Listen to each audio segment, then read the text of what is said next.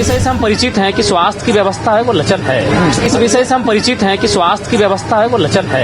तो कह सकते हैं कि जो स्वास्थ्य व्यवस्था है झारखंड में, देखिए लचर है, ये कह सकते हैं, इसलिए कह सकते हैं कि शायद प्रत्येक दिन हम कम से कम 3 से 4-5 जो सिविल सर्जन को मुख्यमंत्री गंभीर बीमारी योजना का अनुशंसा करके भेजते हैं, और जिनमें कुछ का काम होता है, कुछ का काम रुक जाता है, और कई विधानसभाओं के हम भेजते हैं। तो इसलिए उस दिशा में इस बजट में विशेष ध्यान होना चाहिए स्वास्थ्य विभाग पर। और हम ये भी थोड़ा सा सरकार से मांग करेंगे कि उसमें शायद 4 या 5 ही बीमारी ऐड किया गया जिन पे इलाज होगा, तो थोड़ा सा अध्ययन करना चाहिए गांव में जाकर कि लोग और किन बीमारियों से कंटिन्यू ग्रसित हो रहे हैं, उनको भी ऐड करने की आवश्यकता है। क्योंकि कई ऐसी बीमारी आ रही है जो काफी माने एक आम व्यक्ति के बजट से बाहर है, लेकिन उसका इलाज इसलिए नहीं हो पा रहा है क्योंकि वो सरकार के प्रोटोकॉल में नहीं आती है। तो इसलिए बीमारियों की जो संख्या है उसे भी बढ़ाने की आवश्यकता है, और विशेषकर जो मुख्यमंत्री गंभीर योजना की जो राशि है जो जिला में जमा होती है उसमें भी भारी पैकेज देने की आवश्यकता है। कल आपके ट्रांसफार्मर को लेकर सवाल उठाए थे, क्या लगता है कि बिजली की व्यवस्था है, जिस तरीके से ट्रांसफार्मर की व्यवस्था? देखिए बिजली की व्यवस्था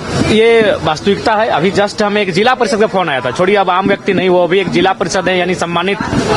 उनका कहना है कि मेरा भी 35,000 का बिल आया है पिछले 4 या 5 महीने मीटर रीडिंग में गड़बड़ी के कारण। तो ये सत्यता है, लेकिन सरकार अपना डिफेंड करने से नहीं चलेगा, इन्हें धरातल पर जाकर काम देखना चाहिए। बिजली बिल माफ नहीं हुआ जो सरकार कहती है? जी बिजली बिल मान के चलिए 2 यूनिट जो उन्होंने कहा था 200 यूनिट, उसके बाद पहला बात मीटर रीडिंग में अगर प्रॉब्लम होगा तो फिर बहुत असुविधा हो रही है। और आप मान के चलिए, मैंने बहुत सारे पदाधिकारियों से भी कहा, जैसे जेई हो गया, बिजली विभाग के एसडीओ, हमने कहा कि आपका फाइन मारने का पैमाना क्या है। अगर आप फाइन कर रहे हैं, अगर कोई दोषी है, आपको लगता है कि अगर अवैध कनेक्शन है, तो उसे कम से कम 5-7 हजार रुपए फाइन मारिए ताकि वो फाइन देने में उसका असमर्थ ना हो। लेकिन अब 40-50 रुपए फाइन मारेंगे तो आप फाइन मारने का आधार क्या है? तो उन्होंने मैंने उसके बाद बात करने से इनकार कर दिया कि नहीं ये विभाग ही जानता है।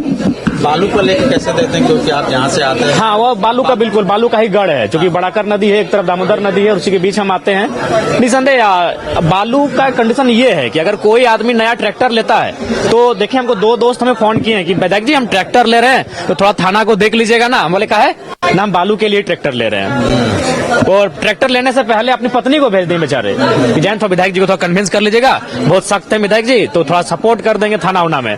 तो देखिए इसमें आप लोग को खुद देखना होगा, और ये सच्चाई है, अगर आप किसी थाना को मैनेज नहीं करते हैं तो अगला दिन रेड हो जाता है। मतलब आप भी मान रहे हैं कि थाना को मैनेज किया जाता है? हाँ थाना को मैनेज किया जाता है। अगर आप नहीं मैनेज करते हैं तो अगला दिन आपकी गाड़ी सीज हो जाएगी। तो थाना में नहीं, मतलब ऊपर तक होता है, थाना आपका न्यूनतम है, अंतिम इकाई जो है उसे थाना को आपको मैनेज करना पड़ता है। अगर वहां से मैनेज किए बिना आप नहीं काम कर सकते हैं। आपने जो कहा उगाही का महीना है, बिल्कुल भाई, ये उगाही का महीना है, बड़ा दुर्भाग्य है। आशा करते हैं कि सरकार इस व्यवस्था को दुरुस्त करे। 2 बार इन्हें मौका मिला, दूसरी बार जब ये रिपीटेड है तो कम से कम इस बार अफवाह आवाज जो दे रहे हैं उसमें ही लोगों को बालू नहीं मिल पा रहा है। लोग जो है इधर उधर बढ़ रहे हैं और महंगा बालू खरीद रहे हैं। जी बिल्कुल, चूंकि अफवाह आवाज में काफी दुविधा